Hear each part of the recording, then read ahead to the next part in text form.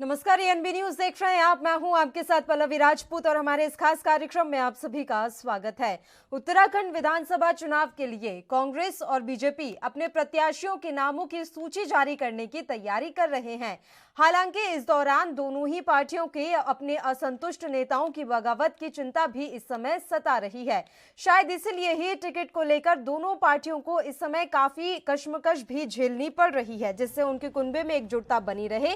इसके लिए टिकट की दौड़ में छूटे नेताओं को पार्टी अहम जिम्मेदारी और सरकार बनने की स्थिति में आयोगों और समितियों में समायोजित करने का वादा तक कर रही है। दोनों पार्टियों को कुछ महीने पहले ही उस समय बगावत का अनुभव हो गया था।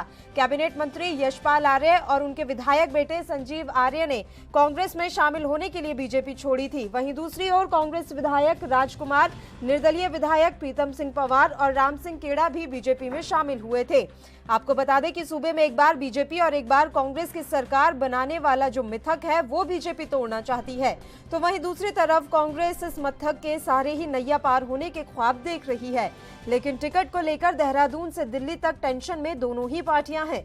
साथ ही हरक सिंह रावत को लेकर भी बीजेपी हैरान है। जानकारी के मुताबिक हरक सिंह ने 5 विधानसभाओं से अपनी दावेदारी पेश की थी। इसके अलावा कुछ विधायक अपने परिजनों को भी टिकट दिलाने के लिए अड़े हैं। हालांकि इस मामले में आम आदमी पार्टी सबसे आगे है। आम आदमी पार्टी अब तक बिना किसी अंतर्कलह के 51 प्रत्याशी घोषित कर चुकी है। इस मामले पर बीजेपी का कहना है कि जब पार्टी किसी दावेदार को उम्मीदवार बना देती है तो उसका कोई विरोध नहीं करता। तो वहीं कांग्रेस का कहना है कि लोकतंत्र में सभी का अधिकार है टिकट मांगना। एक बार जब टिकट फाइनल हो जाएगा तो कोई भेदभाव नहीं करेगा। जबकि आम आदमी पार्टी का कहना है कि बीजेपी कांग्रेस परेशानी में है, दोनों पार्टियां आम आदमी पार्टी से डर रही है। वहीं सूत्रों का कहना है कि दोनों पार्टियां लगातार अपने विधायकों के प्रदर्शन का आकलन कर रही है। पार्टियों ने तय किया है कि आंतरिक सर्वे में जिन विधायकों का प्रदर्शन ठीक नहीं पाया जाएगा उन्हें दोबारा टिकट नहीं दिया जाएगा। बगावत का भी शायद यही कारण बनेगा। फिलहाल टिकट को लेकर दोनों ही पार्टियां असमंजस में है कि कहां से किसे टिकट दिया जाए।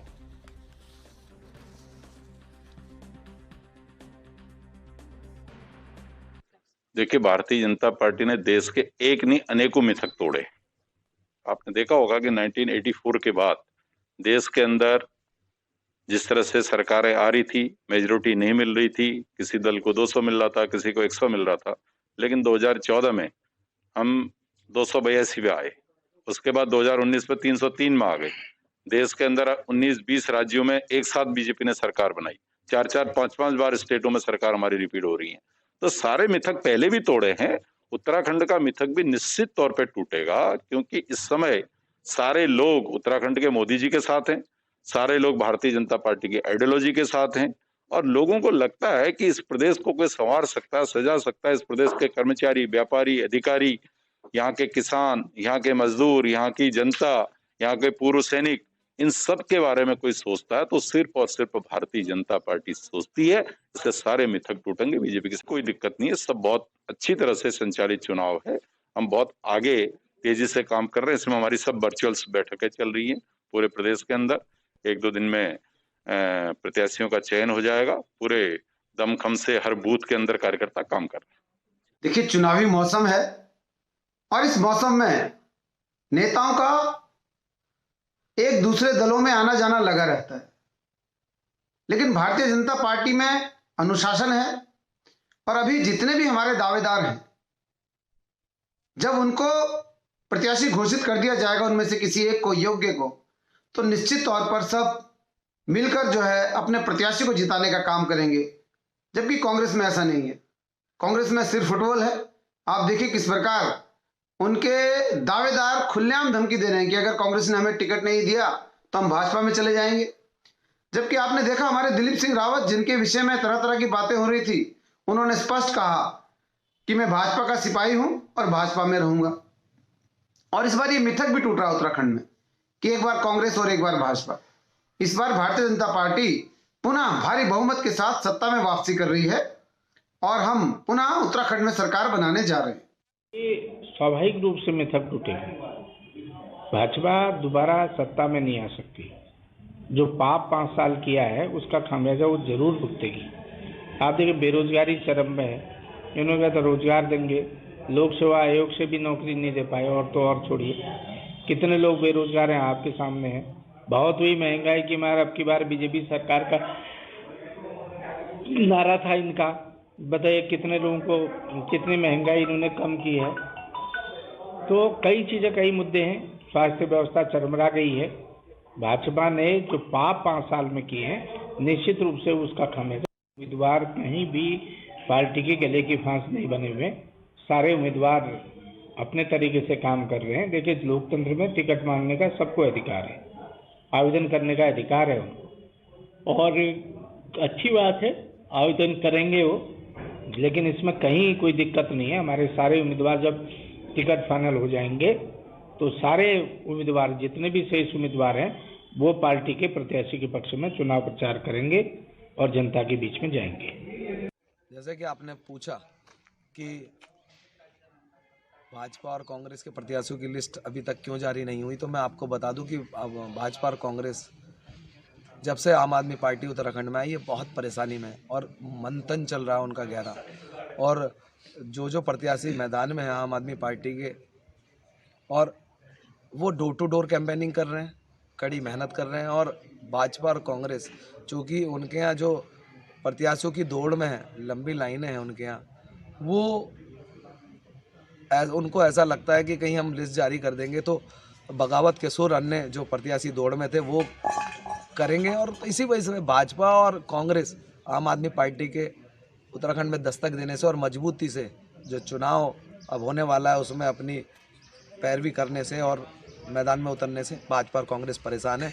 और इसी कारण उनके आपस में जो उनके प्रत्याशी की लिस्ट में उनमें आपस में मतभेद होने के कारण, और इसी कारण वो लिस्ट जारी नहीं कर पा रहे हैं। ये बहुत एक सोचने वाली बात होगी भाजपा और कांग्रेस के लिए। और आम आदमी पार्टी मजबूती से डोर टू डोर। विधानसभा चुनाव के लिए कांग्रेस और बीजेपी अपने प्रत्याशियों के नामों की सूची जारी करने की तैयारी कर रही है। साथ ही दोनों दलों को अपने असंतुष्ट नेताओं की बगावत की चिंता भी सता रही है। शायद इसलिए टिकट को लेकर दोनों पार्टियां इस समय मंथन कर रही हैं, जिससे उनके कुनबे में एकजुटता बनी रहे। इसके लिए टिकट की दौड़ में छूटे नेताओं को पार्टी अहम जिम्मेदारी और सरकार बनने की स्थिति में आयोगों और समितियों में समायोजित करने का वादा तक कर रही है। दोनों पार्टियों को कुछ महीने पहले ही उस समय बगावत का अनुभव हो गया था, जब कैबिनेट मंत्री यशपाल आर्य और उनके विधायक बेटे संजीव आर्य ने कांग्रेस में शामिल होने के लिए बीजेपी छोड़ी थी। वहीं दूसरी ओर कांग्रेस विधायक राजकुमार, निर्दलीय विधायक प्रीतम सिंह पंवार और राम सिंह केड़ा भी बीजेपी में शामिल हुए थे। आपको बता दें कि सूबे में एक बार बीजेपी तो एक बार कांग्रेस की सरकार वाला मिथक बीजेपी तोड़ना चाहती है, तो वहीं दूसरी तरफ कांग्रेस इस मिथक के सहारे ही नैया पार होने के ख्वाब देख रही है। लेकिन टिकट को लेकर देहरादून से दिल्ली तक टेंशन में दोनों ही पार्टियां हैं। साथ ही हरक सिंह रावत को लेकर भी बीजेपी हैरान है। जानकारी के मुताबिक हरक सिंह ने 5 विधानसभाओं से अपनी दावेदारी पेश की थी। इसके अलावा कुछ विधायक अपने परिजनों को भी टिकट दिलाने के लिए अड़े हैं। हालांकि इस मामले में आम आदमी पार्टी सबसे आगे है। आम आदमी पार्टी अब तक बिना किसी अंतर्कलह के 51 अपने प्रत्याशियों के नामों की घोषणा कर चुकी है।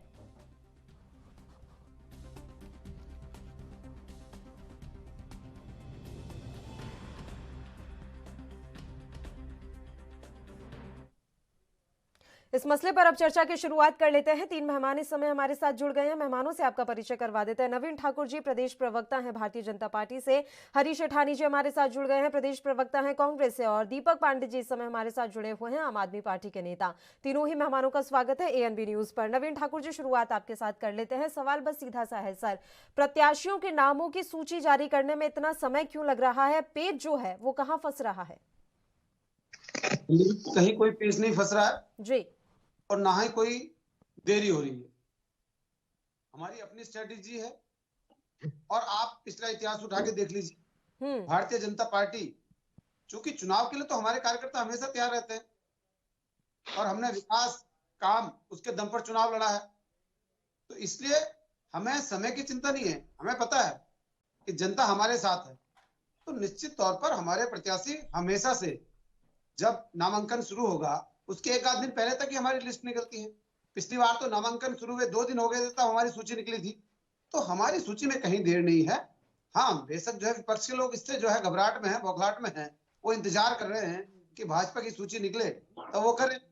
और बात रही आम आदमी पार्टी की, देखिए उनका तो कोई यहाँ पे कुछ है नहीं, न 3 में न 13 में, तो वो तो चाहे 51 की कर दें, 70 की कर दें, तो ढूंढ ढूंढ के जो है प्रत्याशी लाने पड़ रहे हैं। और भाजपा में तो आप देखिए 1000 से ज्यादा जो है आवेदक हैं। तो निश्चित तौर पर पल्लवी जी, जिसकी दुकान में सामान होगा ग्राहक वहीं आएंगे। हरक जिस सिंह दुकान रावत में ने तो सामान नहीं तो हरक ग्राहक सिंह कहाँ से रावत ने आएंगे? तो अलग अलग सीटों से दावेदारी पेश कर दी थी सर।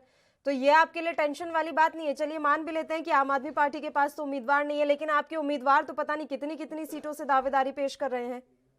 बिल्कुल निश्चित तौर पर उन्होंने जो है 4-5 सीटों पर दावेदारी पेश की है। हम्म। और उन्होंने बद्रीनाथ से, लैंसीडॉन से और एक दो जगह से और दावेदारी पेश की है, लेकिन इसमें कोई चिंता वाली बात हमें नहीं है। हमारा शीर्ष नेतृत्व तय करेगा। अभी आज दिल्ली में भी जो है कोर कमेटी की हमारी बैठक चल रही है और उस बैठक में निर्णय हो जाएगा। 18 तारीख को हमारी पार्लियामेंट्री बोर्ड की बैठक है, तो उसमें निर्णय हो जाएगा कि हम जो है किसको टिकट दे रहे हैं, कहाँ से टिकट दे रहे हैं। तो चिंता वाली बात भारतीय जनता पार्टी के लिए कोई नहीं है। चलिए हरीश सेठानी जी, आपका रुख कर लेते हैं। सर, आपके उम्मीदवारों की सूची कब तक जारी हो जाएगी? बैठकें लगातार हो रही हैं, लेकिन कुछ अंतिम फैसला होता हुआ नजर नहीं आ रहा है सर अभी तक। आज संभवतः आज शाम को 40 प्रत्याशियों की सूची हमारी जारी हो जाएगी। हम लोगों ने मंत्र पिछले 3 साल से लगातार, पिछले 5 साल के इनके भारतीय जनता पार्टी के कार्यकाल पे पैनी नजर रखी हुई थी कि क्या ये लोगों ने काम किया है। उसी हिसाब से हमने शुरुआत से ही लगभग हमारे हर सीट पे आपसी तालमेल के साथ हम लोग 70 की 70 सीटों पे उम्मीदवार उतारने जा रहे हैं। हमारी जो रही बात हमारी टिकट वितरण को लेकर, आज 40 की सूची आज निकलने जा रही है और 30 पे जल्द से जल्द हमारा फैसला होने जा रहा है। आज शाम तक हमारी 40 की सूची निकलने जा रही है। और जो गलतफहमी में भारतीय जनता पार्टी है कि जो कह रही है कि हमारे तो चुनावी कार्यक्रम चल रहे हैं, मैं लगातार देखता हूँ कि पिछले जब से भी भारतीय जनता पार्टी सरकार में आई है, जनता की सोच कम और अपने चुनाव के कार्यक्रमों में ज्यादा ध्यान देती है। तो लिहाजा इस बार इनके जो जितने भी दावेदार हैं, इनके दावेदार इनकी पार्टी के लोगों को मतलब इस तरीके से माहौल बनाने का काम, तो उन्हें पता है कि आ नहीं रहे। उसने कहा यहाँ लड़ ले, वहां लड़ ले। हरक सिंह रावत जी हैं, दलीप सिंह रावत को स्पष्टीकरण देना पड़ रहा है कि भाई कैसे क्या करेंगे।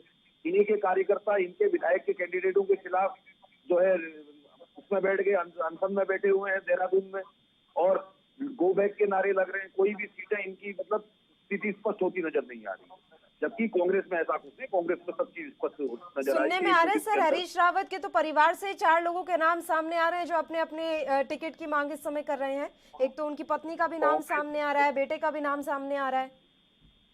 दावेदारी करना पूरा सबका हक है, लेकिन कांग्रेस ने एक फॉर्मूला दिया है हाईकमान ने कि एक परिवार से एक व्यक्ति को चुना।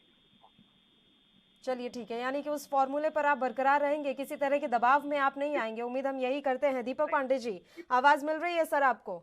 जी हाँ मैडम। सर, आपने उम्मीदवारों के नामों की सूची जारी कर दी है, लेकिन ये कोई बहुत बड़ी बात नहीं लग रही है उत्तराखंड के राजनीतिक दलों को, क्योंकि उनके हिसाब से आपका तो यहाँ पर कुछ है ही नहीं। आपके पास तो प्रत्याशी भी नहीं है, ढूंढ ढूंढ कर आपको प्रत्याशी लाने पड़ रहे हैं। तो किस तरह के अंतर्कलह से गुजरेंगे आप? मैडम ऐसा नहीं है, देखिए 2 साल से यहाँ पे आम आदमी पार्टी का कार्यकर्ता घर घर जाके लोगों को आम आदमी पार्टी के मुद्दों को, नीतियों को बता रहा है, केजरीवाल जी के काम को बता रहा है। और उत्तराखंड की जनता को भी बिजली चाहिए, उनको भी पानी चाहिए, अच्छा शिक्षा का माहौल चाहिए, उनको स्वास्थ्य का माहौल चाहिए। जो बीजेपी और कांग्रेस की जो लड़ाइयाँ चल रही है ना, ये पूरा उत्तराखंड प्रदेश के साथ पूरा देश देख रहा है। पहला एक ऐसा प्रदेश है जहाँ पे 3 मुख्यमंत्री हैं। बताइए, एक साल के अंदर 3 मुख्यमंत्री, यानी 5 साल के कार्यकाल में 3 मुख्यमंत्री इन्होंने बदल दी, इनकी पेंशन लगा दी। तो यहाँ की जनता समझ चुकी है कि बीजेपी केवल खोखले वादे करने वाली है और कांग्रेस में दल बदल की नीति चल रही है। ये लोग केवल मौका प्रस्त लोग हैं, मौका देखते इधर से उधर जा रहे हैं। आज देखिए, जो यशपाल यादव जी कल तक कांग्रेस में थे, इतने बड़े गद्दावर नेता थे, कल बीजेपी में गए, आज दोबारा से कांग्रेस में आकर के उन्होंने सहिता आर्य तक के टिकट वहां से कटवा करके बेटे का नाम करवा दिया। अब मुझे बताइए कि वहाँ की इतनी गद्दावर नेत्री थी, आज वो तो हाशिए में चलेगी ना मैडम। अब इनकी जो आपस की लड़ाई है, जनता सब समझ चुकी, जनता को इससे कोई लेना देना नहीं रह गया है। जनता बस इस बार से इलेक्शन शुरू होने की बड़ी देरी है। जनता अपने परिवार के लिए इस बार इलेक्शन लड़ेगी, जनता जनार्दन होगी इस बार, जनता न्याय करेगी अपने साथ। क्योंकि ये उत्तराखंड की जो जनता है, इन्होंने जो यूपी से लड़ करके अपना उत्तराखंड बना लिया। ये तो एक पार्टी है बीजेपी और कांग्रेस, इनसे भी छीन करके, अपना हक छीन करके इस बार आम आदमी पार्टी को आगे बढ़ाएगी और अपने हक के लिए लड़ेगी इस बार। देखिए, आप कह रहे हैं, ये सारी बातें समझ में आ रही हैं, लेकिन सर ये इतना आसान आपको लग रहा है? क्योंकि सालों से मिथक चला आ रहा है, एक बार बीजेपी और एक बार कांग्रेस, और बीजेपी और कांग्रेस के पास नेता भी ऐसे हैं जिन्होंने अपनी जड़ें जमीन तक मजबूत कर रखी हैं। ऐसे में उनकी जड़ों को आम आदमी पार्टी आकर अचानक से हिला देगी। मैडम कोई बहुत बड़ी चीज नहीं है, बीजेपी कांग्रेस कोई बहुत बड़ा हवा नहीं है, परिवर्तन का बदलाव होता है। ये सब जुड़े हो चुके हैं और ये सब लोग जंग से लगी हुई सरिया हैं, ये सब कमजोर हैं। लोग इनको मान रहे हैं कि ये 20 साल से 40 साल से जंग से लगी हुई सरिया है, ये बहने वाली है सबके सब। नई बिल्डिंग खड़ी हो रही है, नया बिल्डअप करा हो रहा है, नया इंफ्रास्ट्रक्चर आ रहा है। आम आदमी पार्टी के नए जोश और जुनून के साथ युवा लोग जो है इस बार सरकार बनाने पूरा सहयोग करेंगे। जनता पूरे मत से अपना समर्थन देगी। इस बार आप देखें, इनको बहुत करारा जवाब मिलेगा इस बार, आप देख लीजिएगा। चलिए नवीन ठाकुर जी, आम आदमी पार्टी आपको लग रही है इस समय गेम चेंजर की स्थिति में यहाँ पर? देखिए पल्लवी जी, ये टूरिस्ट पॉलिटिशियन है। जिस राज्य में चुनाव होता है वहाँ ये 10-20 जो है किराए से युवकों को लेकर और कंप्यूटर लेकर बैठ जाते हैं और केवल सोशल मीडिया, धराताल पे इनका एक पार्षद तक नहीं है उत्तराखंड में, और ये केवल एक दिल्ली के मॉडल का जिक्र करते हैं। अभी पीपीआरसी की रिपोर्ट आपने देखी, 10 दिन पहले ही जारी हुई। 70 वादे जो आम आदमी पार्टी ने दिल्ली में किए थे, उनमें से 67 में फेल है आम आदमी पार्टी। और दुनिया जानती है कि झूठ बोलने में कितने माहिर हैं। अभी आप खुद देखिए, ये उत्तराखंड में ढिढोरा पीट रहे हैं कि हम महिलाओं को 5-5 हजार रुपए देंगे, बेरोजगारों को हम भत्ता देंगे। भैया यहाँ पे आपका कुछ है नहीं, यहाँ पर आप ढिढोरा पीट रहे हैं, झूठे जो आश्वासन दे रहे हैं। दिल्ली में जहाँ सरकार है पहले वहां तो दीजिए, वहां तो आप जो है चवन्नी नहीं दे रहे हैं। वहाँ सब कुछ हो चुका है, वहां पर आपने फ्लाईओवर तक नहीं बनाया। वहां के विषय में तो ये सब होते नहीं। वहां पर कोरोना काल में जनता को बढ़ने के लिए छोड़ दिया। आप यहाँ की जनता को ठगने का काम करते हैं, आपने यहाँ के बेरोजगारों को ठगने का काम करा है, यहाँ पे यहाँ की मात्र शक्तियों को ठगने का काम करा है। इतना इनको घास डालने वाली नहीं है। इनको अच्छा ठीक है, एक एक करके बात एक सीट तक नहीं देने वाला। अच्छे काम में बुद्धि लगाई होती तो हमारा देश। इनको जो है दीपक पांडे जी थोड़ा धैर्य रखिए। आप जो लगातार 1 घंटे से झूठ पे झूठ बोल रहे थे, मैंने धैर्यपूर्वक सुना। अब मेरा जवाब देने का समय तो आप बौखलाइए मत, मैं समझ सकता हूँ क्योंकि आपकी दुकान में सामान कुछ है नहीं। झूठ की दुकान सरकार की है, झूठ की सबसे बड़ी दुकान अरविंद केजरीवाल चलाते हैं और आम आदमी पार्टी के सारे प्रमुख कार्यकर्ता उन्हीं के कच्चे में चलते हैं। चलिए एक एक करके बात कर लेते हैं। दीपक जी एक एक करके बात कर लेते हैं, आवाज ज्यादा साफ आ पाएंगे, बात समझ पाएंगे आराम से। बताइए एक एक करके बात करते हैं। मैं बोल रहा हूँ, लेकिन आम आदमी पार्टी की दिक्कत यही है कि रायता फैलाने वाले लोगों में गिने जाते हैं। अरे इन जगह आप लोग तो नहीं बोला, जवाब दे रहा होता है। ठीक है नवीन ठाकुर जी, देखिए आप मान लेते हैं आपकी सारी बातें, हर मामले में पीछे रह गई होगी आम आदमी पार्टी, लेकिन उम्मीदवारों के नामों की सूची जारी कर दी और तो और उत्तराखंड की जनता को विश्वास दिला दिया कि नेता कौन होगा, आपका मुख्यमंत्री कौन होगा अगर आम आदमी पार्टी की सरकार बनती है तो। 4 महीने पहले मुख्यमंत्री का चेहरा घोषित कर दिया उन लोगों ने। ठीक है नवीन ठाकुर जी, ये तो मुख्यमंत्री बदलता रहेगा। तो नेतृत्व ने स्पष्ट कर दिया, माननीय प्रधानमंत्री जी बोल के गए, इससे बड़ी क्या बात हो सकती है। पुष्कर धामी जो युवा मुख्यमंत्री हैं, जो ताबड़तोड़ जो है बल्लेबाजी उत्तराखंड में कर रहे हैं, जो युवाओं के बीच से लेकर आए, उन्होंने 500 फैसले तुरंत लिए, वो भी हमारे मुख्यमंत्री होंगे। धाकड़ धामी ही इस प्रदेश के होंगे। हम जो है घोषणा कर चुके हैं, मुख्यमंत्री की समस्या तो कांग्रेस के साथ है और आम आदमी पार्टी के पास तो देखिए कुछ है नहीं, उन्हें तो कोई चेहरा मिला नहीं, तो उन्हें तो करना ही था। उनके पास कोई भरमार तो है, हमारे पास तो एक से सर उत्तराखंड, एक सेकंड, उत्तराखंड सैन्य बाहुल क्षेत्र है, उन्होंने कर्नल अजय कोठियाल को खड़ा किया है, एक बहुत बड़े वर्ग को साधने की कोशिश की है, तो ये कह देना कि कर्नल अजय कोठियाल कुछ नहीं है या कोई नहीं है, ये इतना भी अच्छा नहीं लग रहा है सुनने में, थोड़ी तो बेईमानी होगी। एक बार हरीश जी का रुख कर लेते हैं। ठीक है लौट रही हूँ हरीश जी का रुख कर लेते हैं। हरीश शेठानी जी, अभी उम्मीदवारों के नामों की बात चल रही है, मुख्यमंत्री के चेहरे की अब यहाँ पर चर्चा शुरू हो चुकी है। बीजेपी ने तो कह दिया है धामी ही उनका चेहरा होंगे, आपका क्या है, आपका चेहरा कौन है, इस बारात का दूल्हा कौन होगा? देखिए पहले भी स्पष्ट है कि चुनाव प्रबंधन समिति के जो अध्यक्ष हैं, उसके बाद हरीश रावत जी के कदवार नेता हैं, उनके कद के बराबर किसी भी राजनीतिक दल में उनके कद के बराबर कोई भी नेता नहीं है। उसके बाद एक डेमोक्रेटिक पार्टी है कांग्रेस, जो चुन के विधायक आएंगे, वो विधायक दल मंडल का अध्यक्ष नेता चुनेंगे और वही मुख्यमंत्री का चेहरा होगा। ये डेमोक्रेसी की बात है। आज पहली बार आम आदमी पार्टी को मैं सुन रहा हूं कि जिस पिछले 5 साल से हम लोग चुनावों के लिए जनता के बीच में संघर्ष कर रहे हैं, ये आम आदमी पार्टी इस तरीके से हो गई कि बेगाने की शादी में अब्दुल्ला दीवाना। 4 महीने पहले जिस पार्टी का अध्यक्ष ही 4 महीने पहले होते हैं, कार्यकारी अध्यक्ष 3 महीने पहले होते हैं। इनके पास उत्तराखंड के लिए कोई रोड मैप नहीं है, ना बीजेपी के पास है, बड़े भाई के पास है, ना छोटे भाई आम आदमी पार्टी के पास है। कांग्रेस निश्चित तौर पर दीपक जी आपकी बारी आएगी सर। नियुक्त होता है, जिनका अध्यक्ष ही 4 महीने पहले नियुक्त होता है, तो उसमें सोच सकते हैं कि कैसे वो उत्तराखंड के भावी भविष्य के लिए नीति निर्माण करेंगे। और रही बात भारतीय जनता पार्टी की, ये अभी आपस में फूल बटोल इनके वहां जो हो रही है, जो जिस तरीके से जो संघर्ष इनके कार्यकर्ता इनके सिटिंग विधायकों के बारे में कर रहे हैं, और 22 विधायकों का जो 57 में से 22 विधायकों का टिकट भारतीय जनता पार्टी काटने जा रही है, ये भी किसी से छुपा नहीं है। तो 3 तिगाड़ा काम बिगाड़ा तो आपके यहाँ भी हो रहा है सर, वो भी किसी से छिपा नहीं है। उसके बारे में भी 2 शब्द कह दीजिए। मैं 1 मिनट में लौट रही हूँ दीपक जी, जल्दी से हरीश जी का एक रिएक्शन कर लेती हूँ। काम बिगाड़ा तो भाजपा में हो रहा है ना, 3 मुख्यमंत्री ला के 3 तिगाड़ा काम बिगाड़ा भारतीय जनता पार्टी के लिए है। कांग्रेस पार्टी ने स्पष्ट संदेश देने का काम किया है किशोर उपाध्याय जी के तौर पर संगठक के रूप में, और हमने जिस तरीके से अगर कोई भी अगर पार्टी लाइन से बाहर जाएगा तो उसको निश्चित तौर पर दंडित करने का काम कांग्रेस पार्टी करेगी इस बार।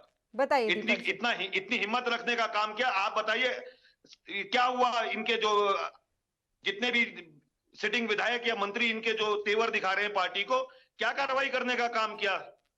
पूछ लेंगे अभी, नवीन ठाकुर जी से ले लेंगे जवाब। दीपक जी का रुख कर पहले आप ये बता दीजिए, सरिता हरीश के टिकट क्यों काटा आज आपने, जो सिटिंग विधायक थी पहले? किसने कहा? आप ये तो बता, हमारी सीट ही नहीं अभी डिक्लेयर हुई। आप बताइए ना कैसे आप अपनी पार्टी को देखिए। अरे भाई साहब वहाँ पे नाम आ रहा है, आप अपनी पार्टी पे देखिए, हम अपनी पार्टी में देखिए। संजीव आर्य जी का नाम आ रहा है, कैसी बातें कर रहे हैं आप? बड़े राजनीतिक कद वालों के लिए आप छोटे राजनीतिक वालों को हाशिए में डाल रहे हैं। आप बताइए, महिला को हाशिए में डाल दिया, उसका राजनीतिक कैरियर आपने हाशिए में डाल दिया है। कांग्रेस वो भी उनके लिए। अच्छा ठीक है दीपक जी, आपका सवाल हो गया, जवाब तो ले लें एक बार हरीश जी से। आपने सवाल पूछा, एक बार उनका जवाब सुनिए तो सही। लोगों के लिए हाशिए पे डाल दिया जो दल बदलते रहते हैं, उसके लिए आपने महिला को लेकर हाशिए पे डाल दिया। अरे सर कैसी बातें आप कर रहे हैं? आप पहले उन्हें गिरफ्तार में तो छाप के देखिए। बनाने का काम कांग्रेस पार्टी ने किया है, और कांग्रेस पार्टी भी उनका मान सम्मान निश्चित तौर पर रखेगी। सर कांग्रेस पार्टी का दौर जा रहा है, वक्त बदल चुका है, आप विश्वास कर लीजिए, नया सूर्योदय होने वाला है। आप अपनी बात रखिए। आप अब्दुल्ले की शादी में बेगाना दीवाना ना बनिए। जिस पार्टी का कार्यकारी पहले आता हो, 2 महीने पहले कार्यकारी अध्यक्ष, हमारा जो अध्यक्ष है वो मुख्यमंत्री से लड़ रहा है, मुख्यमंत्री की सीट से इलेक्शन लड़ रहा है। और बताइए, हमारा जो प्रदेश अध्यक्ष थे वो हमारे आज मुख्यमंत्री की सीट से इलेक्शन लड़ रहे हैं। आपकी तरह नाम नहीं करते यहाँ लोग हैं। गंगोत्री की जनता आपको बताने का काम करेगी कि आपका इसमें आपके यहाँ राजनीतिक के विषय में कांग्रेस की या उत्तराखंड की भौगोलिक स्थिति में आपके बारे में कोई भी जानकारी आप लोगों के पास नहीं है, कोई विजन, कोई रोड मैप आपके पास नहीं। तो हम क्या विदेश से आए हैं क्या? ठीक है, हम भी उत्तराखंड के ही हैं। चलिए हरीश जी अब जवाब ले लेते हैं। हरीश जी, दीपक जी, मैं बहुत देर से आप दोनों को एक साथ बोलते हुए देख रही हूँ सर। अब मैं रिक्वेस्ट कर रही हूँ एक एक करके बात कर लेते हैं। हरीश जी आपका जवाब हो गया, अब दीपक जी का जवाब हम सुन लेते हैं। बताइए दीपक जी, आपके पास कोई विजन नहीं है, कोई रोड मैप नहीं है, उम्मीदवारों के नामों की सूची जारी कर देना, मुख्यमंत्री का चेहरा घोषित कर देना आपके लिए पर्याप्त नहीं है? मैडम देखिए, कर्नल कोटियाल जी कोई छोटी मोटी हस्ती नहीं है आज की डेट में। उन्होंने पूरे जो केदार घाटी का जो था उस टाइम उन्होंने पुनर्निर्माण करा था, और बहुत से लोग, युवा लोग उनसे जुड़े हैं, आर्मी के लोग उनसे जुड़े हैं, उनको लोग आइकन मानते हैं। और दूसरी बात मैंने आपको कहा, हर इंसान को ये लड़ाई आम आदमी, ये बीजेपी कांग्रेस की लड़ाई नहीं है, ये इस बार सत्ता की और जनता की लड़ाई है, क्योंकि जनता इस बार सत्ता से बीजेपी को हटाना चाह रही है। उनको बिजली चाहिए, उनको शिक्षा चाहिए, उनके बच्चों को एजुकेशन चाहिए, उनके परिवार को स्वास्थ्य चाहिए। कौन आदमी नहीं लड़ने आएगा? इसमें अपनी इंतजार कर रहे हैं, आप अभी देख लीजिएगा बहुत जल्दी। ये हारिस भाई का और नवीन भाई का सारा भ्रम जो खत्म हो जाएगा कुछ दिनों बाद, जब आम आदमी पार्टी का ना जो हल्के में ले रहे हैं, ये दोनों आपस में लड़ते रहेंगे और आम आदमी से लेकर निकल जाएगी। जनता देख रही है इनकी लड़ाइयाँ। 10 मार्च को जनता स्वयं बता देगी कि आप कहाँ पर खड़े हैं। चलिए 10 मार्च अभी ज्यादा दूर नहीं है, देख लेंगे। दीपक जी जन मुद्दों को, आंदोलन को याद सारे आम आदमी पार्टी हर मुद्दे उठा करके जनता के बीच में जा रही है। कैसी बातें आप कर रहे हैं दीपक जी? ठीक है, हो गया, एक एक करके बात कर लेते हैं। सर आप दोनों एक साथ बोल रहे हैं, आपकी आवाज भी क्लियर नहीं मिल रही है। दीपक जी इतना मुद्दा कर रहे हैं सर आप, तो आप मुझे थोड़ा सा ऐसे क्षेत्र के हिसाब से मुद्दे ही बता दीजिए कि कौन से क्षेत्र का कौन सा बड़ा मुद्दा है। कोटद्वार से हम शुरू कर लेते हैं। कोटद्वार का कौन सा ऐसा बड़ा मुद्दा है जो लंबे समय से इसी तरीके से लंबित चला आ रहा है, बताइए। मैम देखिए, मैं पहले तो प्रवक्ता हूँ, हर विधानसभा की जानकारी मैं आपको नहीं दे सकता। हर विधानसभा की जानकारी ना हरीश भाई दे सकते हैं, ना नवीन भाई दे सकते हैं। जो वहाँ का जो क्षेत्र जो हमारा साथी है, जो आम आदमी पार्टी साथी, वो ज्यादा उसको किसी मजबूती दिखाएंगे। अब आप नए प्रवक्ता होने के नाते मैं तो पार्टी के विचार रख सकता है ना, हर विधानसभा की सीट का। तो जैसे जैसे मुद्दे बड़ा कोई मुद्दा होता है, जैसे आप बात करें गैर शहर की, हम तो सीधी बात कर रहे हैं, हम गैर शहर को राजधानी बनाएंगे। आप इससे बात कीजिए, आप प्रदेश की बात कीजिए। हर विधानसभा की बात उठाने के लिए तो हमारे वहाँ का प्रत्याशी है। चलिए सर ठीक है, नाच ना जाने तो आंगन टेढ़ा। बताइए नवीन ठाकुर जी। आप मुझे बताइए आंगन टेढ़ा कैसे हो गया, मुझे बताइए ना। ठीक है, अब जवाब ले लेते हैं, नवीन ठाकुर जी से भी जवाब ले लेते हैं। नवीन ठाकुर जी बताइए। देखिए पांडे जी, जैसे अभी अरविंद ने कर्नल कोठियाल की जो है बहुत सारी बड़ाइयां कर रहे थे, पूर्व सैनिक जो उनके नाम पर वोट दे देंगे। मैं दीपक भाई से पूछना चाहता हूँ, पूर्व सैनिक क्या दिल्ली में नहीं है? आप सैनिकों का इतना ही सम्मान करते हैं तो अरविंद केजरीवाल को बोलो इस्तीफा दें और पूर्व सैनिक को बनाए वहां मुख्यमंत्री, तो निश्चित तौर पर जो है सैनिक आपका सम्मान करेंगे। लेकिन उत्तराखंड क्या पूरे देश का सैनिक आपका सम्मान नहीं करता, क्योंकि आपने सैनिकों के शौर्य पे सवाल उठाया है। आप सैनिकों का सम्मान कहां करेंगे? आप तो केवल वोट की राजनीति के एक सैनिक का इस्तेमाल कर रहे हैं उत्तराखंड में, और कुछ नहीं कर रहे हैं। आप सैनिकों का कोई सम्मान नहीं करते। अरविंद केजरीवाल का वीडियो आज भी दिखता है जो वो सबूत मांग रहा था। अरविंद केजरीवाल इस प्रदेश में वोट सैनिकों से मांगेंगे, सैनिक बताएंगे उन्हें। कर्नल कोठियाल को अगर 4000 वोट भी गंगोत्री में मिल गए तो आप जो है देख लेना। मैं कह रहा हूँ आपके चैनल पर 4000 वोट भी कर्नल कोठियाल को मिल जाए, ठीक तो बहुत दूर की बात है। और इस प्रदेश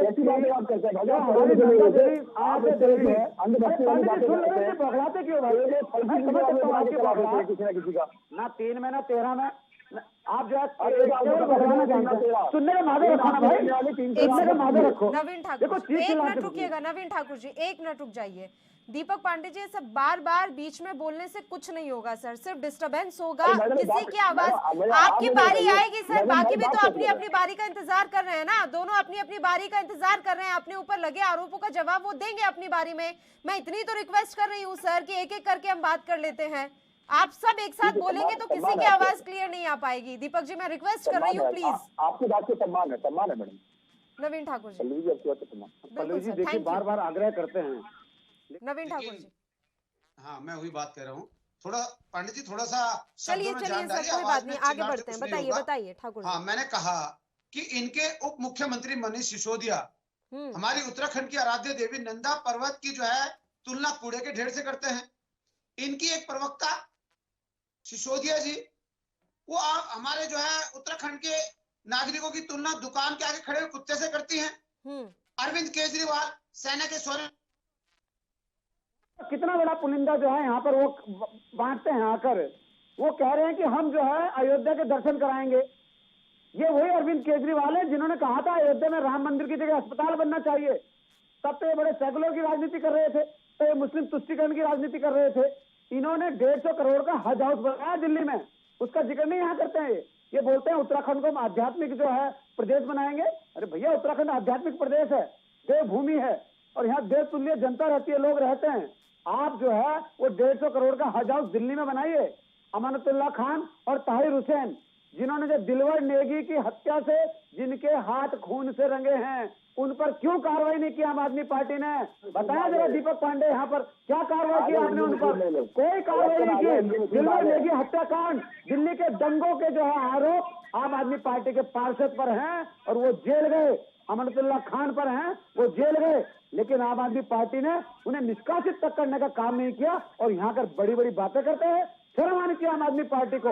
उत्तराखंडी के बेटे के खून से रंगे हाथ हैं आपके। आपने क्यों नहीं ताहिर हुसैन को बाहर किया? आपने क्यों नहीं अमनतुल्लाह खान को बाहर किया? और यहाँ कर आप बड़ी बड़ी बातें करते हैं।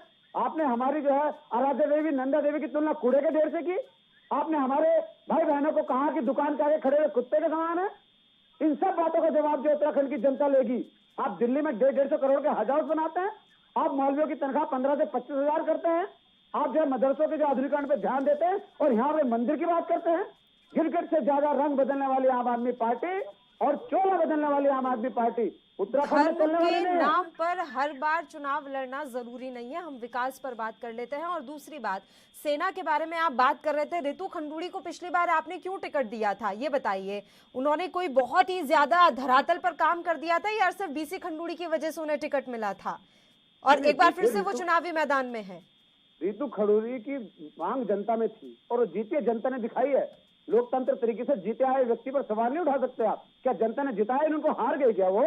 अगर सर, नहीं नाम जीती का तो आप इस्तेमाल, सवाल आप जो बात रितु कर रहे हैं खंडूड़ी- कि ये सेना रितु के साथ, खंडूड़ी सेना को- के परिवारों रितु- के साथ खिलवाड़ कर रहे हैं, भावनाओं के साथ खिलवाड़ कर रहे हैं, क्या उनके सेना- नाम सेना पर के वोट सवाल हासिल कर रहे हैं, तो वो तो आप भी कर रहे हैं ना। पल्लवी जी, सेना के सौरे पे सवाल उठाए कि नहीं उठाए इन्होंने? अब आप फिर वहीं पर ले गए। ये राष्ट्रवाद धर्मवाद से आगे निकलेंगे, हमने राष्ट्रवाद और धर्मवाद से आगे निकलेंगे सर। विकासवाद पर बात करते हैं, परिवारवाद का आरोप आप लगातार कांग्रेस पर लगाते हैं, जबकि आप खुद उसमें कितना उलझे हुए हैं। पल्लवी जी, कुटुंब कबीलावाद में पहले मेरा देश, हमारे लिए राष्ट्रवाद प्रथम है, देश प्रथम है। आपके लिए होगा शायद राजनीति प्रथम, हमारे लिए देश प्रथम है। हम देश के लिए बात करेंगे, राष्ट्रवाद के लिए बात करेंगे और राष्ट्र के लिए जान भी दे देंगे हम। तो विकास को डाल दीजिए कचरे के डब्बे में। एक काम करें, आप विकास को कचरे के डिब्बे में डालिए, आप राष्ट्रवाद पर ही खेलिए। फिर ये मत बताइएगा कि विकास क्या हुआ, आपके कौन से विधायक ने कितना काम किया और अब किसे आप टिकट दे रहे हैं जो काम करेगा। आप एक बार भी बता रहे हैं सर, आपने एक बार भी कहा कि आपके कौन से विधायक ने कितना काम किया। अब जो आप उम्मीदवार चुनेंगे वो किस हिसाब से चुनेंगे, किसके काम के हिसाब से चुनेंगे? घूम फिरकर आप धर्म पर आ जाते हैं, घूम फिरकर आप राष्ट्रवाद पर आ जाते हैं। विकास जरूरी है इस देश का, विकास जरूरी है उत्तराखंड का। विकास का काम किया हमने, सुनिए ना विकास के लिए। एक तो दीपक जी आप बीच में बोलना बंद कीजिए सर। दीपक जी आप बीच में बोलना बंद कीजिए सर। मैं आ रही हूँ आपके पास, थोड़ा समय दीजिए। विकास पे सवाल कर, पल्लवी जी आप विकास पे सवाल करिए, मैं जवाब दूंगा। मैं गिनाऊंगा आपको विकास कहाँ हुआ। आप कांग्रेस से बताइए। पूछिए, बताएं विकास। हमने इस उत्तराखंड में केंद्र की कांग्रेस मदद का से जवाब मैं 1 लाख करोड़ कांग्रेस के से काम ले किए। हमने 1 लाख करोड़ के काम किए। आप भी जब देहरादून, अरे पांडे जी चुप जाइए, बीच में क्या क्या क्या कर लगते हैं, बौखलाया मत फैलाइए। आम आदमी पार्टी का मंच नहीं है, सब्जी मंडी बना देते हैं। धैर्य रखिए, जरा सुनने का मादर रखिए। बताइए अब जो आप उम्मीदवार चुनेंगे सर, अब जो उम्मीदवार चुनेंगे वो माँ बाप के नाम के हिसाब से चुनेंगे या फिर विकास के हिसाब से विकास चुनेंगे? की बात कर रहे थे, विकास पे सुन लीजिए थोड़ा सा। आप भी जब देहरादून से हरिद्वार जाती थी ना 2 साल पहले, तो 2-2.5 घंटे लगते होंगे आपको। आज जब फराटे से 45 मिनट में पहुंचते हैं आप। 6 फ्लाईओवर बने। देखिए 10 साल से जो है जो काम रुका हुआ था ना, वो हमने करके दिया। 14 साल से डोबर चाटी पुल पे काम रुका हुआ था, वो किसने शुरू किया? हमने शुरू करके दिया। क्या कर्णप्रयाग रेल नहीं पहुंचने वाली है? जाके देखिए जरा ऑल वेदर रोड पे। आप जाइए जरा श्रीनगर, आप 3 घंटे में जो है देहरादून से श्रीनगर पहुंचते हैं। आज पहले 6-6 घंटे लगते थे, टिहरी जाने में 4 घंटे लगते थे, आज 2 घंटे में टिहरी पहुंचते हैं। टनकपुर बागेश्वर रेल लाइन का काम चल रहा है। हमने जो है उत्तराखंड को विकास के मार्ग पर प्रोसेस किया है। हमने कांग्रेस की तरह नहीं और आम आदमी पार्टी की तरह केवल जो है भ्रष्टाचार नहीं किया। आम आदमी पार्टी के लोग केवल और केवल चिल्लो चिल्लाट करते हैं, इनके शब्दों में जान तो है नहीं, केवल जो है चीखने चिल्लाने का काम है, सुनने का मादा तक नहीं है। अच्छा श्रोता वही होता है जो अच्छा वक्ता होगा, वो अच्छा श्रोता होता है। पांडे जी, सुनने का मादा नहीं आपके अंदर, केवल चीखने चिल्लाने का काम करता है और कुछ नहीं। रायता फैलाने वाली पार्टी, क्रिकेट की तरह रंग बदलने वाली पार्टी। सुनने का मादा रखा करो जरा। हर किसी पे सवाल, हर किसी के बीच में चिल्लाना, सुनने का मादा नहीं है दीपक आपके अंदर। सुनने का मादा नहीं है, सुनने का मादा रखो और जवाब देने का मादा रखा करो। कुछ कहना चाह रहे हैं, हरीश जी कुछ कहना चाह रहे हैं। झूठी लॉबी बना रही है, झूठी कारखाना बना रखा आपने आईटी सेल का। दीपक जी आप 1 मिनट के लिए शांत नहीं हो रहे हैं सर। 1 मिनट के लिए शांत नहीं हो रहे हैं दीपक जी। किसी की आवाज मुझे साफ नहीं सुन पा रही हूँ मैं। हरीश जी कुछ कहना चाह रहे हैं। हरीश जी पहले आप अपना रिएक्शन दे दीजिए, उसके बाद सवाल मेरे आपसे भी बहुत हैं, बताइए। दोनों पार्टियों की बौखलाहट बता रही है, इनके प्रवक्ताओं की बौखलाहट बता रही है कि कहीं ना कहीं चुनाव का रिजल्ट इनके आंखों के सामने आ गया है। वैसे भी भारतीय जनता पार्टी जो बुजुर्गों का सम्मान करना नहीं जानती, जिंदगी भर अडवाणी जी से, मुरली मनोहर जोशी जी से, खंडूरी जी से काम लिया और बुढ़ापे में सम्मान के नाम पर उनका टिकट काटने का काम किया। तो देखें किस तरीके से विकास की बात भारतीय जनता पार्टी के आदरणीय प्रवक्ता बता रहे हैं। ऑल वेदर रोड की बात आपने करी, मैंने पूर्व में भी आपके सामने कहा था 4200 करोड़ का पैकेज ऑल वेदर रोड का, जिसका उद्घाटन माननीय मुख्यमंत्री प्रधानमंत्री जी करके गए थे, वो आज तक शुरू नहीं हो पाया। Tanakpur road, Jauldevi road, all weather road आज तक पूरी नहीं हो पाई, उसका उद्घाटन शिलान्यास आदरणीय प्रधानमंत्री जी करके गए। और आप जिस लोगों की बात कर रहे हैं कि हरिद्वार, आप हरिद्वार से ऊपर पहाड़ की ओर चढ़िए, आप श्रीनगर, कर्णप्रयाग ऊपर को आइए, पहाड़ की तरफ, चमोली की तरफ आइए, बागेश्वर की तरफ आइए, तो वहां की रोडों का हाल देखिए। आप विकास के नाम पे, आप जहां पर सीटें ज्यादा हैं वहां पर कोई विकास कहते हैं आप पहाड़ पे चढ़िए, पहाड़ के नाम पे राजधानी राज्य बना था और पहाड़ की दुर्दशा देखिए कि भारतीय जनता पार्टी के विधायकों ने क्या काम करने का काम किया, आपकी सरकार ने क्या काम करने का काम किया। आप देखें पहाड़ में आज हमारे बच्चों के कन्याधन का पैसा आपकी सरकार ने 2017 से नहीं दिया। जो कांग्रेस की सरकार 1,18,000 रुपए देने का काम करती थी, आज की विद्वान मंत्री समाज कल्याण विभाग और बाल विकास विभाग की योजनाओं को खोले कर आपने कहीं न कहीं पहाड़ के गरीबों का अपमान करने का काम किया। भारतीय जनता पार्टी इस चुनाव में पहाड़ के रोजगार की बात नहीं कर रही, पहाड़ की राजधानी की बात नहीं कर रही, पहाड़ के पलायन की बात नहीं कर रही है। पलायन आयोग था, वो भी पलायन भारतीय जनता पार्टी ने उसका भी पलायन करने का काम किया। आप बताएं, आम जनमानस को पहाड़ चढ़ के देखिए, पहाड़ को देखने का काम करिए, तब पता चलेगा कि पहाड़ में पहाड़ जैसी समस्याएं जो 10% जो 5 साल पहले हम रख के गए थे, जितने काम हम करके गए थे, उसमें 1 इंच आगे बढ़ाने का काम आपकी सरकार ने नहीं किया।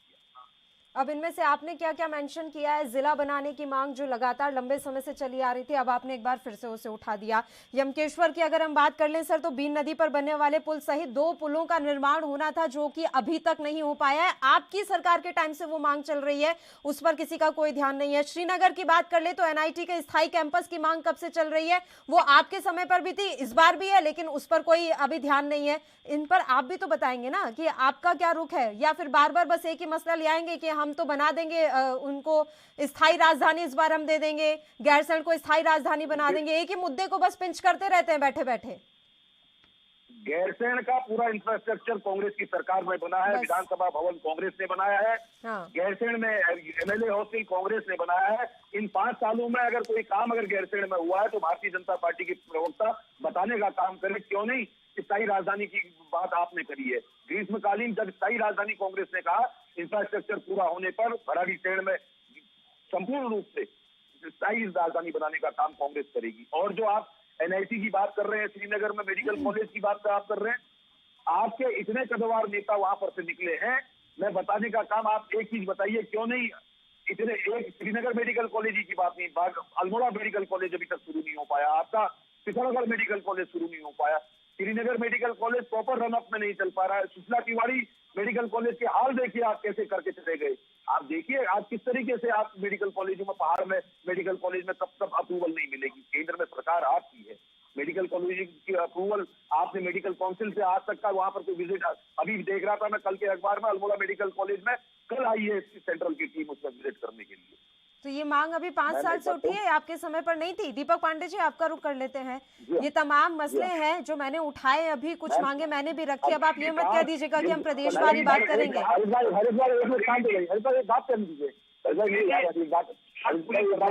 जवाब दे रहा हूँ मैं, आपकी बात का जवाब दे रहा हूँ कि जो भी बात आपने रखी है कि जनता ने हमसे जो विकास के काम में जो कमी पेशी रह गई थी, उसका दंड हमें जरूर दिया।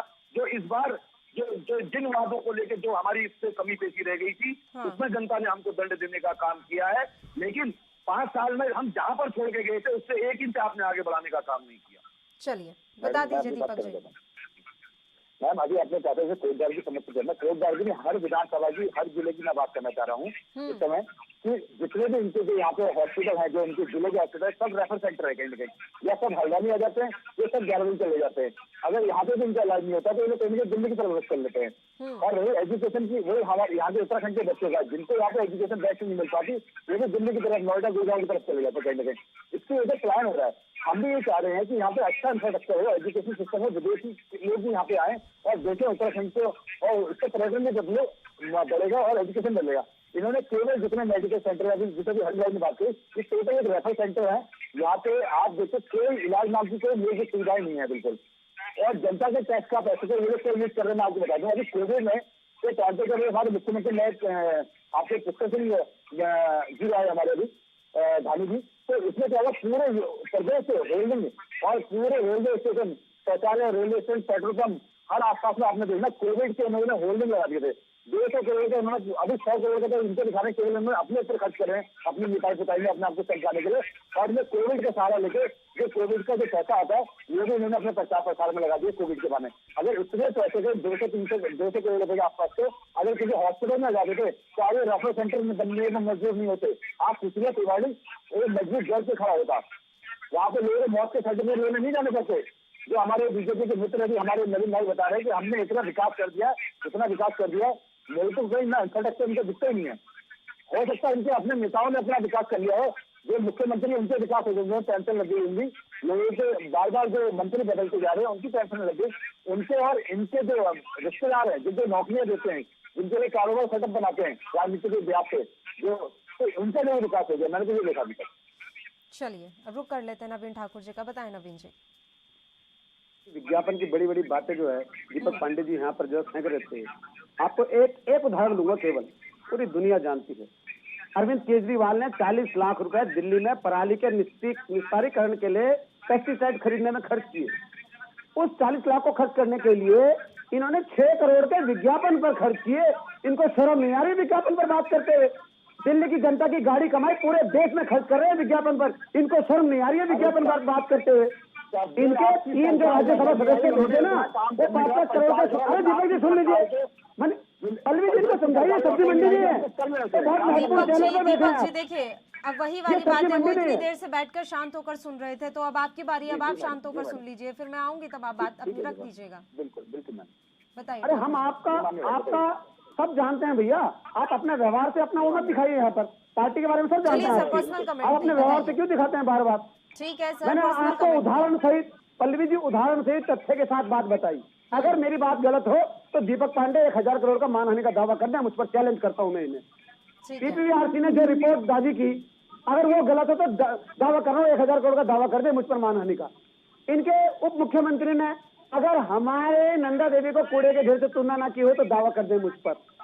इनके उप मुख्यमंत्री ने हमारे उत्तराखंडी भाई को अपने चुनाव में ना हराया हो तो दावा कर दे मुझ पर। एक एक बात सत्य है, इनकी तरह झूठ की पिटारी नहीं है। जैसे इनके अरविंद केजरीवाल झूठ की पिटारी लेकर आते हैं और झूठ बोलकर जो है भाग जाते हैं। हिट एंड रन का मामला इनके केजरीवाल करते हैं। कोरोना तो फ्री में बांट के गए आपके अरविंद केजरीवाल, बाकी और कुछ नहीं किया उन्होंने, केवल झूठ की पिटारी।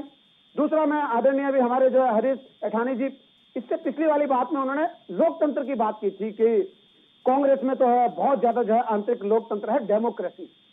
अब पल्लवी जी इनकी डेमोक्रेसी सुन लीजिए आप, कितनी डेमोक्रेसी कांग्रेस में है। 21 साल से इनकी राष्ट्रीय अध्यक्ष एंटीना मानियो हैं, 21 साल से राष्ट्रीय अध्यक्ष।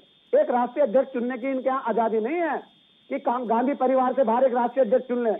18 साल रही वो, फिर 1 साल बेटे को बनाया, किसी तरह से मना मनो के सबको बनाया बेटे को, बहुत धकेला, लेकिन 16 राज्यों में बेटा फेल हो गया तो फिर कोई और न बन गया तो तुरंत माता जी बन गई, तुरंत माता जी राष्ट्रीय अध्यक्ष बन गई। तो ये काम तो इनकी डेमोक्रेसी का है। अरे भैया अब ये ए और बी पार्टी दोनों चिल्ला चिल्लाने लगेंगे, सुनिए थोड़ा धैर्य से। अरे धैर्य, इतनी बौखलाहट क्यों भाई, इतना क्यों बिलबिला रहे हैं, इतना क्यों बिलबिला रहे हैं? सुन लीजिए ना, अभी तो एक शुरुआत की इन्होंने, इतना बिलबिला गया, इतना बिलबिला गया। अरे धानी जी कमाल है, इतना क्यों बिलबिलाते भाई? इतने मैं समझता हूँ आपकी बौखलाहट। अभी तो आपकी एक बात का जवाब दिया है, अभी तो आपकी सारी बातों का जवाब दूंगा। अभी से बौखलाहट शुरू, अभी से बौखला गए, माजा रखिए, सुनने का माजा रखिए, जिगरा रखिए सुनने का। केवल झूठ बोलकर चिल्ले चिल्ला के कुछ नहीं होगा। जनता जवाब मांगती है। आपने 5 साल का जो जवाब दिया ना कि हमें जो है जनता ने सजा दे दी, आपको इस 5 साल भी जनता ने सजा दी है। 12 से 17 तक ने इस 5 साल में दी है। वो बता रहा हूँ, सुनिए बाजा रखे सुनने का। जनता ने 5 साल में लगातार आईना दिखाया है। 5 साल में धो के मारा आपको। भूल गए आप 17 में सत्ता में आया, 19 में लोकसभा के चुनाव है, आपको कितनी मिली? 0 से भेज प्रदेश की जनता ने। भूल गए आप? पंचायतों के चुनाव में क्या हाल किया आपका? 13 में से 10 जिला पंचायत के अध्यक्ष हमारे बने। भूल गए आप? भूल गए आदमी है। पालिकाओं के चुनाव में क्या हाल किया आपका? भूल गए आप? 3 उपचुनाव में क्या हाल हुआ? भूल गए आप? 5 साल में पूरे 10 साल आपको जनता ने जो सजा दी है। आपको नवीन ठाकुर जी याद है कि उत्तराखंड में 1 साल बीजेपी और 1 साल कांग्रेस का मिथक चला आ रहा है। ये किस बात का ओवर कॉन्फिडेंस है कि इस बार आप इस मिथक को तोड़ देंगे? बिल्कुल 100% में उदाहरण के साथ पल्लवी जी बता रहा हूँ आपको। 2 मिनट जरा इन महानुभावों से सोनिया गांधी पर पर्सनल टिप्पणी आप ना कीजिए, ये मेरी रिक्वेस्ट है सर। नहीं, क्या 17 एक तो उनका नाम सोनिया गांधी है, आप जिस भी नाम से उन्हें पुकार रहे थे, हमें उस नाम से कोई लेना देना नहीं। अब बताइए। लिखित में मैडम, लिखित में पासपोर्ट में है उनके पास, 2 पासपोर्ट है सोनिया गांधी के पास। हम राजनीति में उन्हें सोनिया गांधी के नाम से जानते हैं सर। जनता पार्टी की है। एक साथ मत बोलिए, एक साथ मत बोलिए। मैडम लिख के दिया है पासपोर्ट में, उन्होंने दावा करें मुझ पर मान आने का। चैलेंज करता हूँ इनको, मैं दावा करें। सुब्रमण्यम स्वामी ने 6 बार कहा है, उनको असली नाम से पुकारते हैं। वो क्यों नहीं दावा करते? इनके नेता हिम्मत नहीं है, किसी के अंदर हिम्मत नहीं है इनके अंदर। अभी फिर वो फिर आप प्रधानमंत्री के बारे में कुछ बोलने लगेंगे तो आपको बुरा लग जाएगा। हम अपने मुद्दे का रुख कर लेते हैं ना। सोनिया गांधी, नरेंद्र मोदी, हमें क्या लेना देना है यहाँ उनसे? मतलब ये लोकतंत्र की बात करें ना, उदाहरण से जवाब ही नहीं दे सकता। तो आप प्रदेश पर रहिए सर, वो प्रदेश के बारे में बात कर रहे हैं तो आप भी प्रदेश पर रहिए ना। जब ये दिल्ली में भाग रहे हैं मैडम, तब तो आपने नहीं कहा प्रदेश में रहिए, तब आपने क्यों नहीं बोला? वो दिल्ली में आम आदमी पार्टी के लिए भाग रहे थे, आपके लिए नहीं भाग रहे थे। किस बात की इतनी? तो हम भी दिल्ली में कांग्रेस की डेमोक्रेसी की जो बात कर रहे हैं उसके लिए जा रहे थे। हम भी ऐसे नहीं घूमने जा रहे, हमें भी शौक नहीं है। तथ्य के साथ बात कर रहे हैं। बिना तथ्य के बात नहीं कर रहा हूँ और चैलेंज कर रहा हूँ इनको कि मान आने का दावा करा, अगर एक भी तथ्य गलत हो। आम आदमी पार्टी और कांग्रेस से झूठ बोलने का काम नहीं करते भाजपा के प्रवक्ता। सत्य के साथ बात करते हैं, तथ्य के साथ बात करते हैं। और मैंने कहा कि इनके लोकसभा का ही जवाब दूंगा। ये दोनों पार्टी आप देख लीजिए, अब 3-in-1 डिबेट हो रही है मैडम। ये दोनों भी बीच में चिल्लाट कर रहे हैं। पांडे जी भी, क्योंकि दुनिया जानती है ये आम आदमी पार्टी कांग्रेस की बी टीम है। क्या है नहीं? क्या इन्होंने दिल्ली में सरकार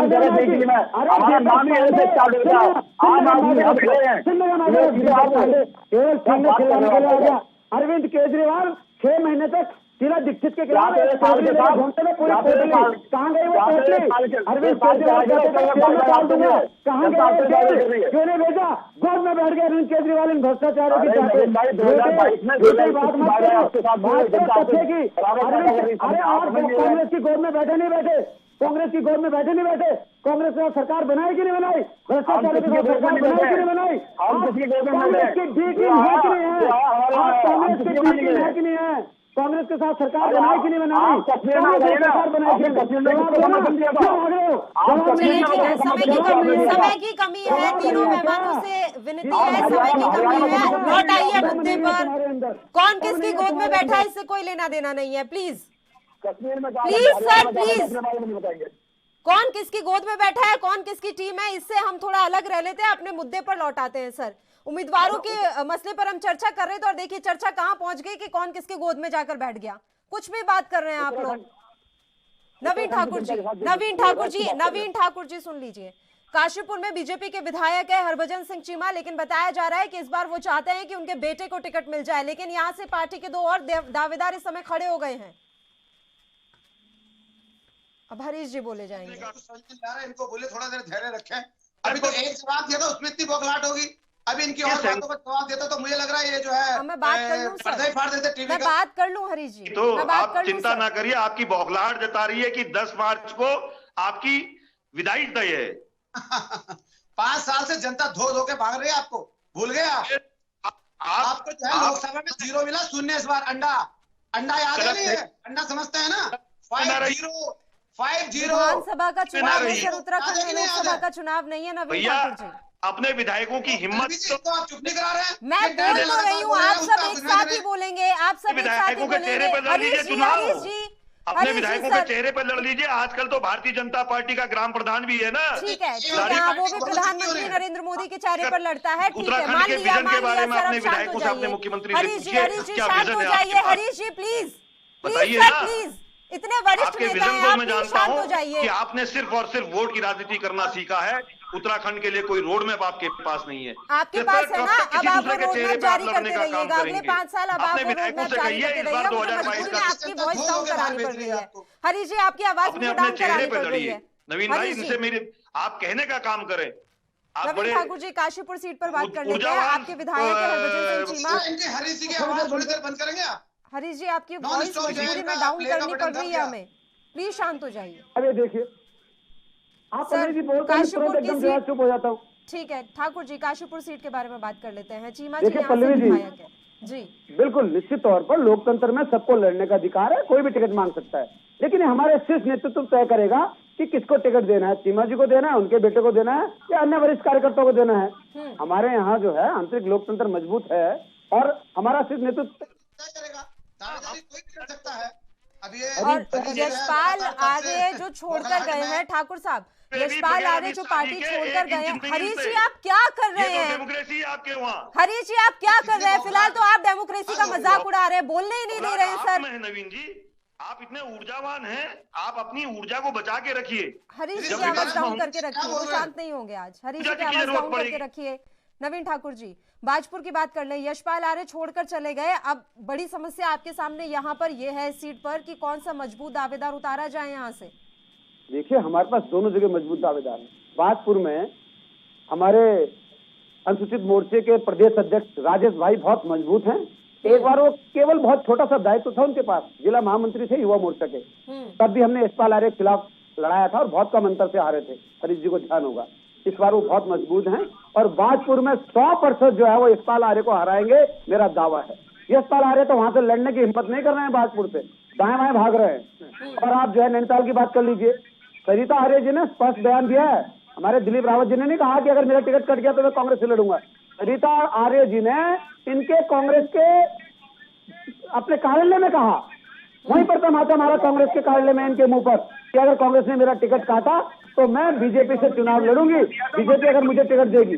लेकिन ये केवल जो चिल्ला चिल्ला कर रहे हैं भारतीय जनता पार्टी के। अरे दीपक पांडे तुम क्यों बीच में टांग रहे हो भाई, सुन लो जरा, ये सब्जी मंडी नहीं है, ये बहुत महत्वपूर्ण चैनल है, सुनने का मादा रखा करो, थोड़ा धैर्य बनाया करो। बहुत महत्वपूर्ण जो है चैनल है, किनकी जरूरत पर बात किया करो।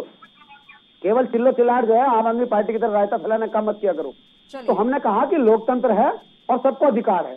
बाजपुर से हमारे पास जो है मजबूत दावेदार, कतवार दावेदार है और नाम बता रहे हो राजेश भाई दिखाएंगे इनको मादा। अब पल्लवी जी फिर और बी टीम दोनों मिलकर जो है इतनी बौखला गई कि लगातार नॉन स्टॉप बिना कोई जवाब ही नहीं, खुद ही सवाल खुद ही जवाब, मतलब कोई तथ्य कुछ नहीं, कुछ नहीं।